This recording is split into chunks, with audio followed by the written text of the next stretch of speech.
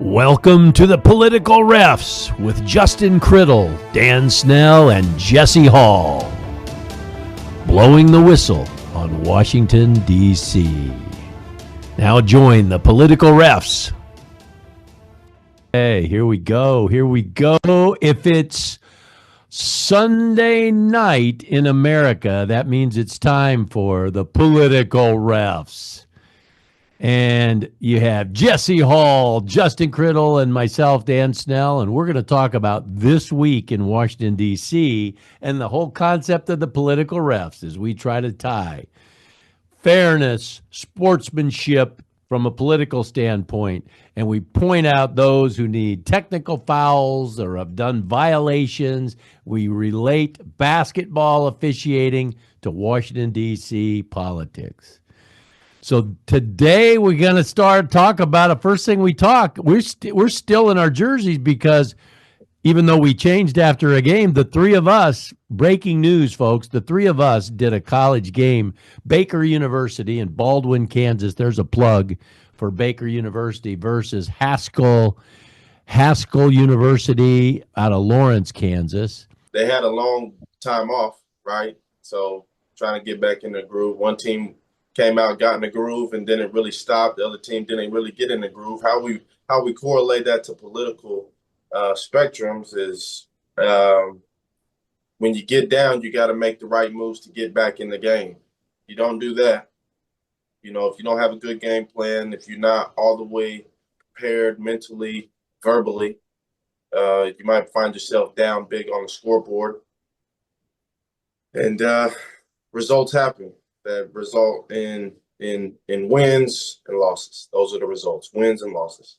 And to tie that to Washington, D.C., if you think about it, there sometimes are a lot of players in the court, in the scene in Washington, D.C. They don't know how to handle when they lose or when something doesn't go their way.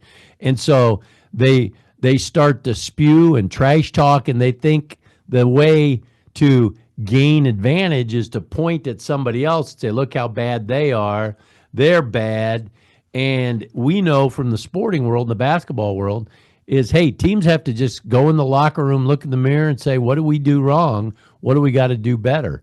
And I don't think that happens enough in Washington, D.C. One of the things I learned when I was an elected official is you vote on something, and after the vote, whether you won or you lost, you move on to the next issue.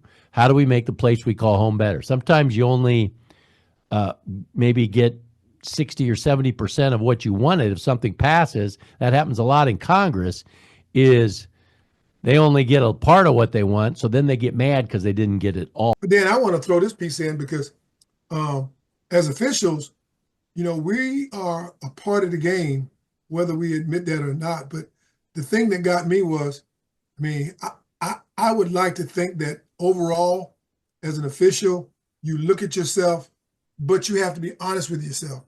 And I think during the halftime portion of the game, I felt like I had a horrible first half. I wasn't just mentally alert or ready to play. I felt like I was one of the two teams in a sense. And, you know, that's just not acceptable when you are out on the floor and you have a job to do, whether it's officiating or, you know, whether you're a ball player. Also, one of the things that I thought that Justin brought out quite well during our game was the fact that there was a play where there was an illegal pick. And I'm used to calling illegal picks offensive foul. It's just a terminology. However, Justin picked that up because we were in the bonus situation and we should have shot 2 shots, but we only shot 1. And then we went down to the other end, and Justin, by being alert to the situation, came in and said, we have a correctable error. And so the scorekeeper told Justin, well, he called that, meaning me, an offensive foul, which it was an offensive foul, but it was not a shooting foul. Once we do catch it, we must go back and correct it to make sure that we as officials got it right. Because this is something that happens, you know, not just sometimes, but it happens more times than not. And you want to be on top of the game.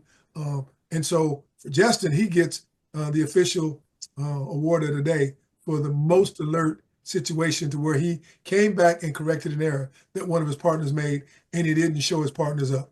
And hey, wow, great point, Jesse. And how does that tie into Washington D.C.? How often? Because we got together as officials. We recognize we had what's called a correctable error. It's a term, right? A correctable error that we had to award free throws, not just to give the ball the other way.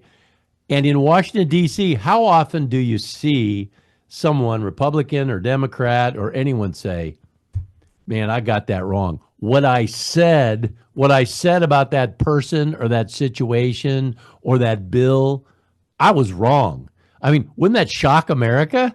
And that's one of the, basketball officials, we realize, wait, we have to follow the standards and the rules, which are at a high level of accountability.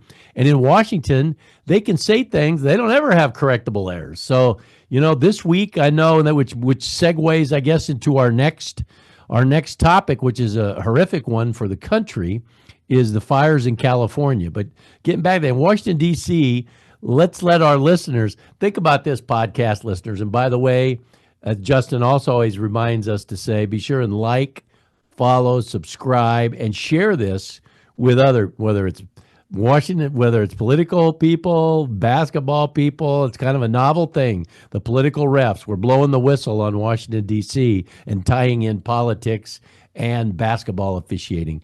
But this week, I don't know, Justin, anything you want to add about the correctable error world of politics? No, that would be a rare occasion. Yeah, wouldn't it? If someone came back and corrected their mistake. So wouldn't that be nice if you had on whatever news network, CBS, CNN, NBC, ABC, Fox News, if a Fox News reporter would say, "Mr. President, I believe that's in error. Is that a correctable error? Do you need to correct that statement?" Who would? Can you imagine somebody saying to Donald Trump, "Hey, sir, that's a correctable error. Did you want to clarify it and correct your statement?" Because it just doesn't happen. And that's our statement on that, is America needs Washington, D.C. leaders who admit when they make mistakes and they correct it. And so a segue out of that is the California fires. I don't know if you guys have any friends, family, or anyone out there. I have a few, and it's horrific. To put it in perspective, both of the three cities that we live in here in the Kansas City metro area and region. And so if you imagine, we don't really put it in perspective of here across the country. We just think, well, it's out there. We really don't see the map. But if an entire city in the Kansas City metro area was burned, it would be shocking. And here's what I'm calling technical fouls on anybody, from the White House to the outhouse, because the outhouse I'm going to call is social media, because President Trump, technical foul for going on Truth Social, and he hears something about water reservoirs that weren't appropriately filled. He hears that, and he immediately believes there's no correctable error. He should have one. He immediately believes everything he heard was true, so he blasts it out there on Truth Social. And across social media, when I see people calling elected officials or firefighters or fire chiefs or the state of California is this, a horrible state, or it's a ungodly state, or all these horrible things about California.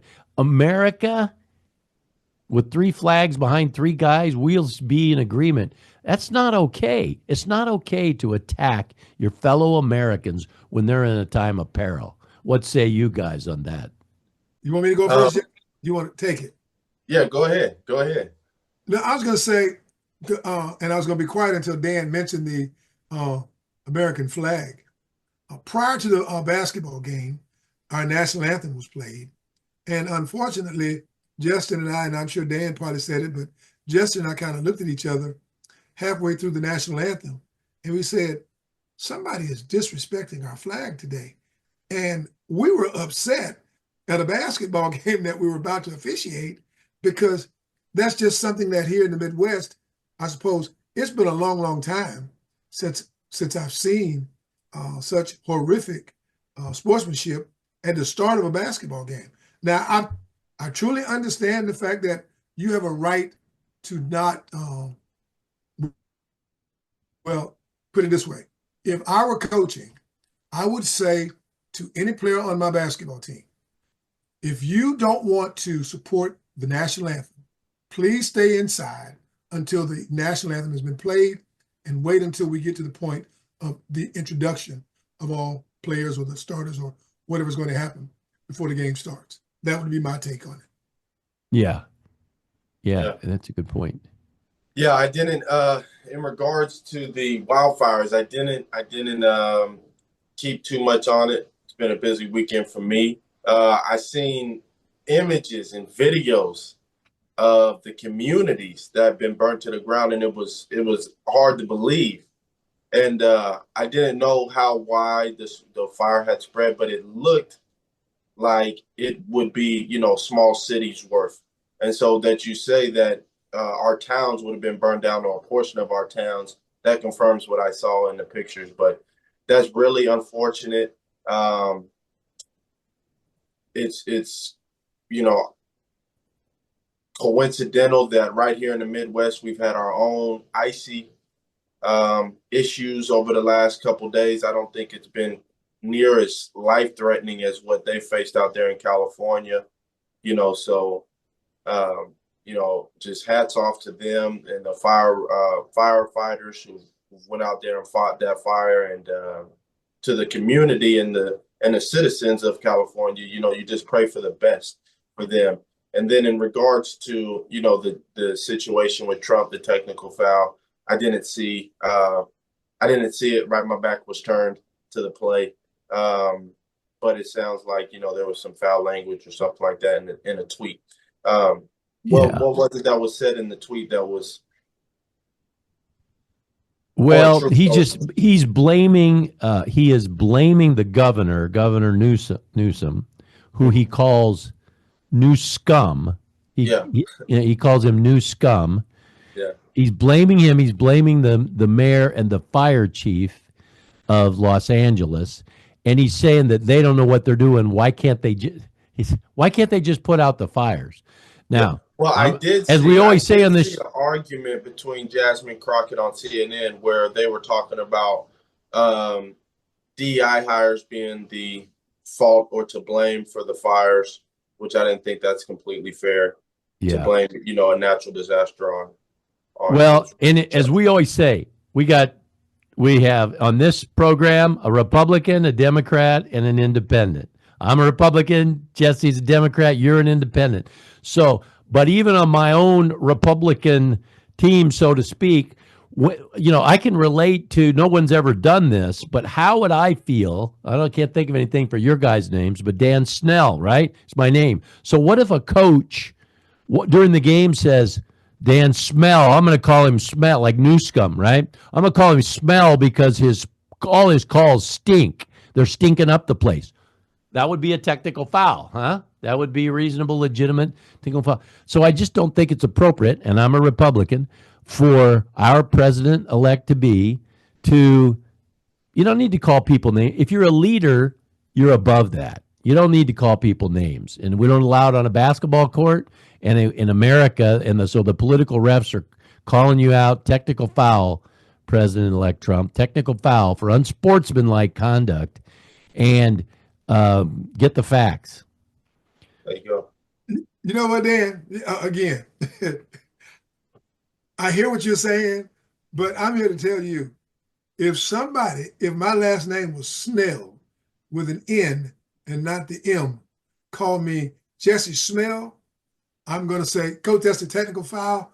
Good night, and see what I smell like in that locker room as you go in. Well, the funny thing is, and you're right. But here's the thing: for Donald Trump or Dan Snell, it isn't my first rodeo in my life. When I was little, right now, I'm fortunate. I'm 6'4". I've always been taller than everybody in my class, so I was a big boy. But when somebody would say "smell, smelly, snelly, smelly," I'd say, I'd find a way to be above it. I'd say, "Yeah, smells good. Yeah, smells good."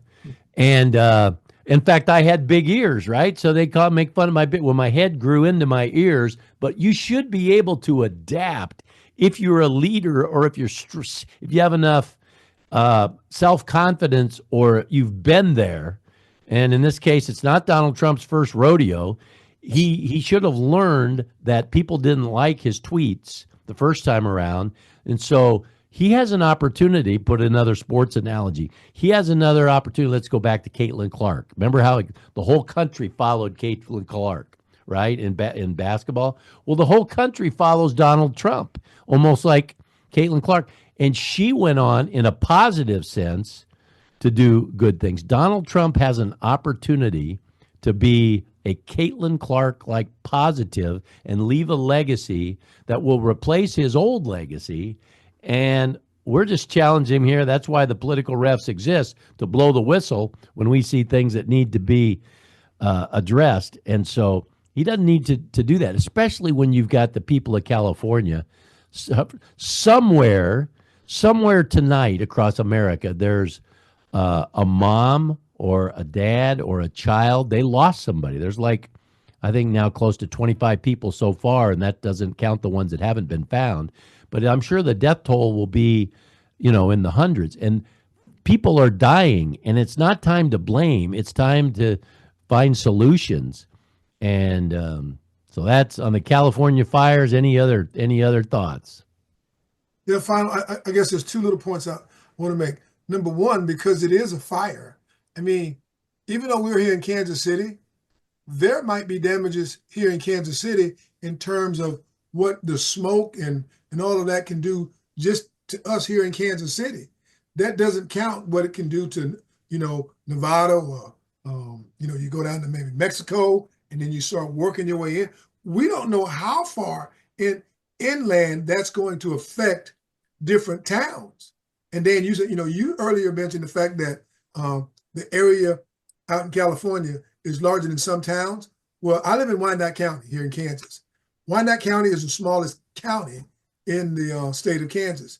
I promise you, those fires would have covered the entire Wyandotte County, all county. of Wyandotte County. Yeah. All 50,000 folks here in Wyandotte County would have been affected. Yeah. And now to come back and say it's the mayor's fault or the fire people, whatever, that is just, to me, ludicrous. And I've got another big word I just want to throw out there, and that word is narcissist. Oh, I don't think we've ever heard that before about anybody in the political arena. Narcissist. We don't. But I'm not calling any names. I'll let everybody figure it out. Yeah. Do you think? Hey, raise your hand, guys. If we've ever seen pretty quick on a basketball court when we knew somebody was a narcissist or a hot dog, or we knew somebody on the court had a little bit of a narcissistic opinion of themselves. I've seen those players, and they don't. Hey, what? You know what? As referees, that doesn't help them. We can smile and say, yeah, they got a lot of talent, and they could score, or they're tall, or whatever. But it does not help them in the end, because just like our conversation about an unnamed player today that was a little disrespectful on the national anthem, we talked about it at halftime, and I had mentioned to the coach at one point, because he seemed the first half having a tough game. I said, Coach, he's got a lot of talent. It's he's got a lot of passion, and he's kind of intense, and we don't want to do anything to impact him. Maybe you can talk to him. And then what happened? Justin called a very controversial, not out of bounds, wasn't that controversial, but an out of bounds play, and the ball went flying behind the basket standard, big metal standard, and out of the blue, this is in the second half, out of the blue, this player who none of the three of us would imagine he would do this, he starts to head up court, stops, turns around, and runs to get the basketball that was rolling away to give it to Justin. So my point is, whether it's a narcissistic Washington, D.C. person or Florida, wherever they might be, is you can change in the second half. And if you get a second half or a second term, you can go serve and do something and change the way you do things by going and running after a loose ball and serving the officials, and in the case of America, it's the American people. Wow. Profound. That was profound, huh? Yeah, well, way over my head, but Didn't make if I sense. were in church, I'd say amen. Amen. Okay. So, speaking of church, we all witnessed this week, the country witnessed almost a whole week, because we had actually named Jimmy Carter our MVP, because we give an MVP award each week.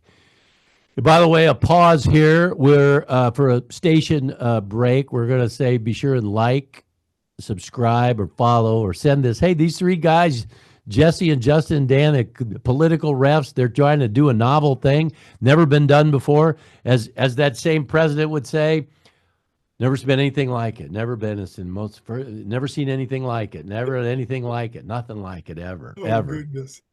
But be sure and like, subscribe, and follow. Share it with your friends. Put it on your Facebook. Share it, the video, and we'd appreciate that, because we're growing, and who knows what can happen. We might actually help change America for the good, because we're blowing the whistle when whistles need to be blown on people, that their behavior and how they handle their role on the court, in the court of leadership, when they don't handle it well. We're here, the political refs, to say enough. Okay. Where was I? You guys know I kind of live on ADD. I live on ADD Street, so I bounce around a little bit. But let's talk about this week. Jimmy Carter was our MVP. That's where I was. Squirrel. Jimmy Carter was our MVP because he's a former president, and we went to the funeral. The whole nation went to the funeral via television, and we were talking about that a little bit.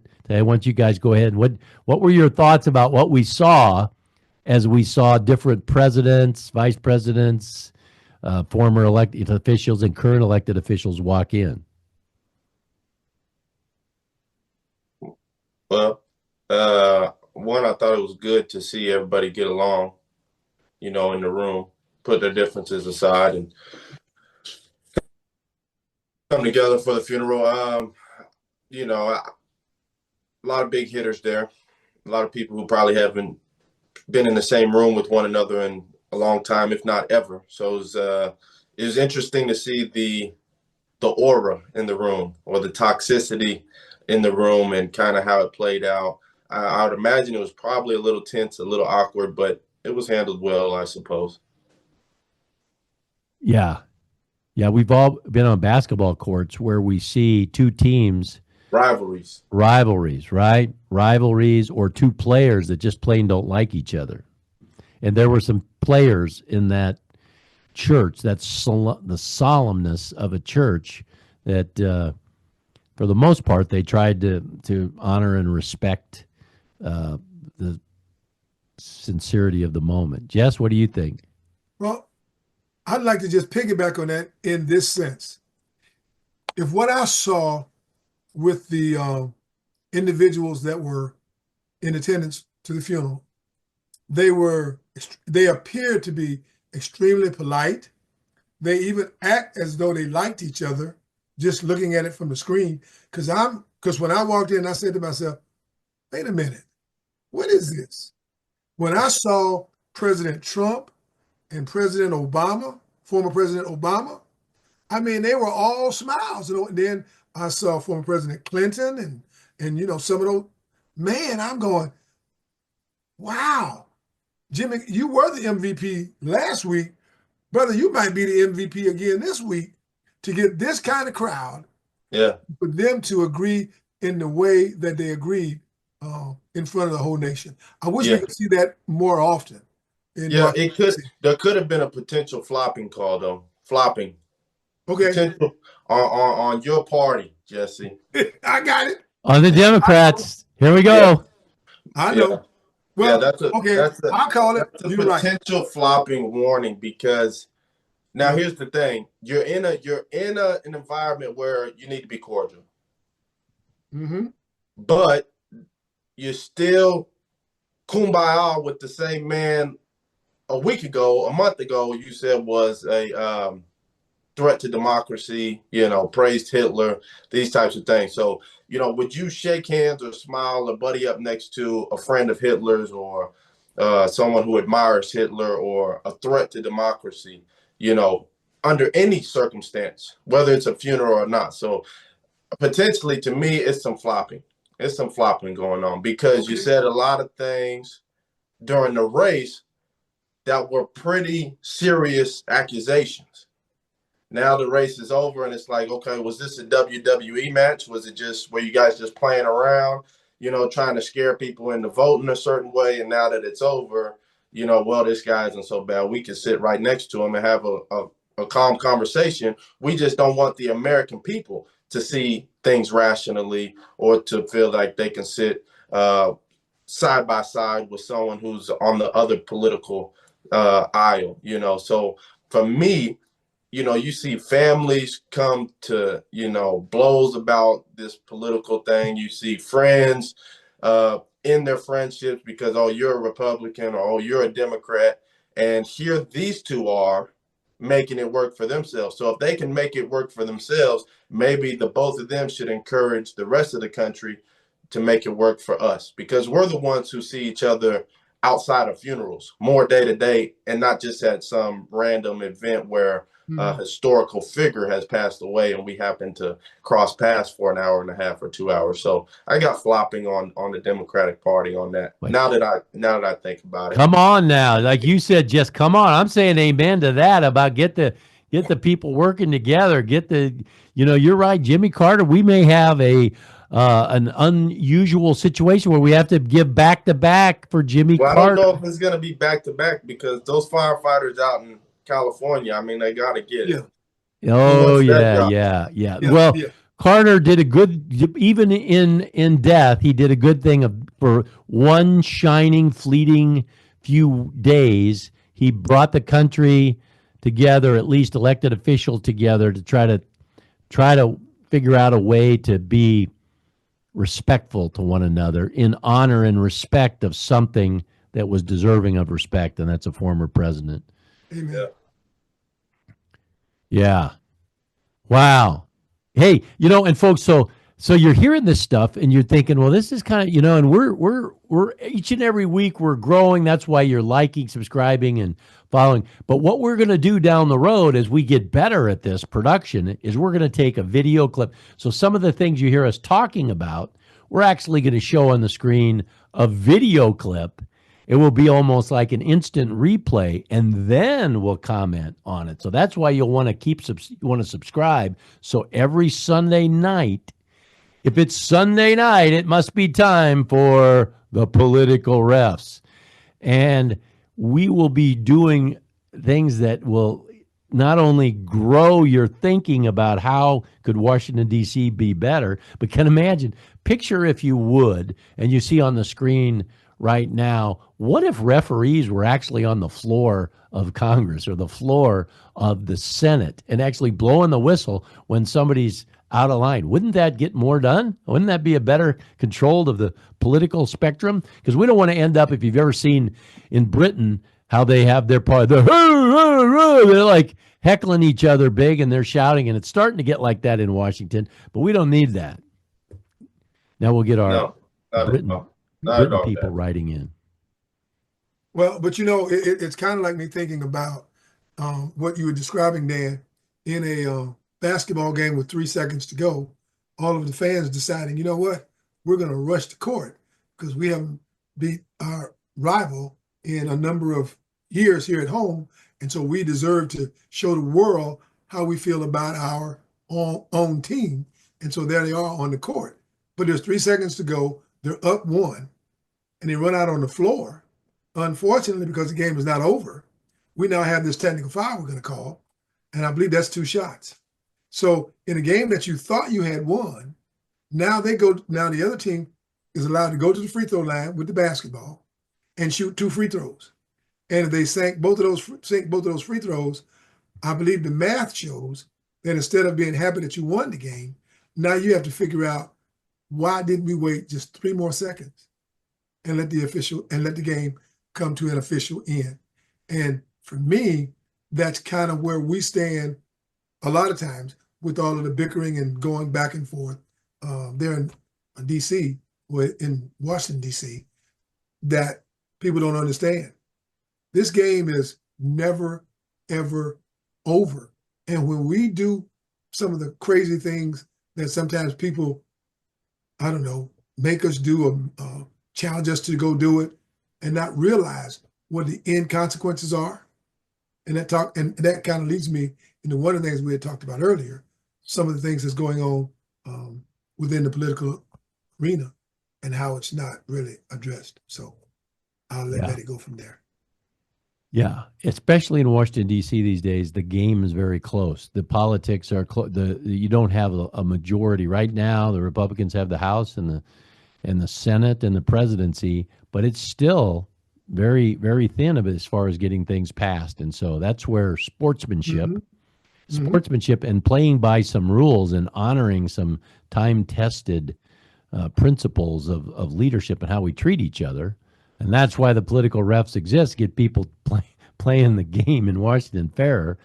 But it could be better. But so this week, as we wind down here, because we want to keep this each week to about 30, 40 minutes, MVP. Justin, as always, you had a great thought there. So we're going to hand it over to you to present the MVP to Got to give it to all the first responders out there in California who dealt with that wildfire in the greater Los Angeles area.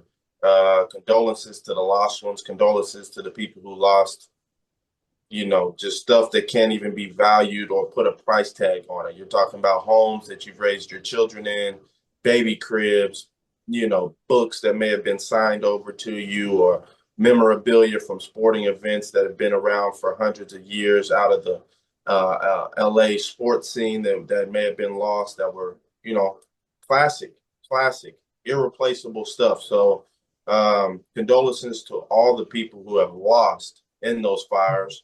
And, it's just a reminder to keep God first. It's a reminder that we're not in control of the planet. We're not in control of the wind and in which way it blows. We're not in charge of the rain or the lack thereof. What we're in charge of is our thankfulness, our gratitude, our positivity, or if we so choose, negativity. So it's important that we build each other up so that we're already on the same page when events like this happen. And I spoke on it a while back. It's coincidental that here in the Midwest, we're having kind of our own situation where it's a cleansing, purifying experience that makes you realize just how vast the universe is, how small we are as human beings, and how incapable we are of dealing with natural disaster on this planet. So, there's never any one person to blame for a natural disaster. There's always humility and a lesson to be learned, and then coming away reminding yourself each day how thankful you need to be that these things don't occur more often, and that you have what you do have and realize how quickly it can be taken away. So the MVP goes to all the responders who dealt with that fire out there, and condolences once again to the people who have lost over the last several days in Los Angeles. Amen. It's kind of reminiscent of it. That's just great the way you shared that. Yeah. Wow. So this was the political refs name the first responders in California as our MVP this week. And God be with you and the whole state and everything that Justin said. I just agree with. It's kind of like at a basketball game when a great player goes down. Maybe they go down with after a rebound or an injury in the ankle or knee, and the kind of the hush falls over the crowd. And like America, no matter whose side you're on, you don't want to see whoever, whichever side you're on. What do the good fans do in the stands? They applaud when that player gets up or carried off the field. We applaud, and so Californians and especially first responders, we're applauding you for what you're doing there, and we'll be with you and praying for that situation and for unity in this country.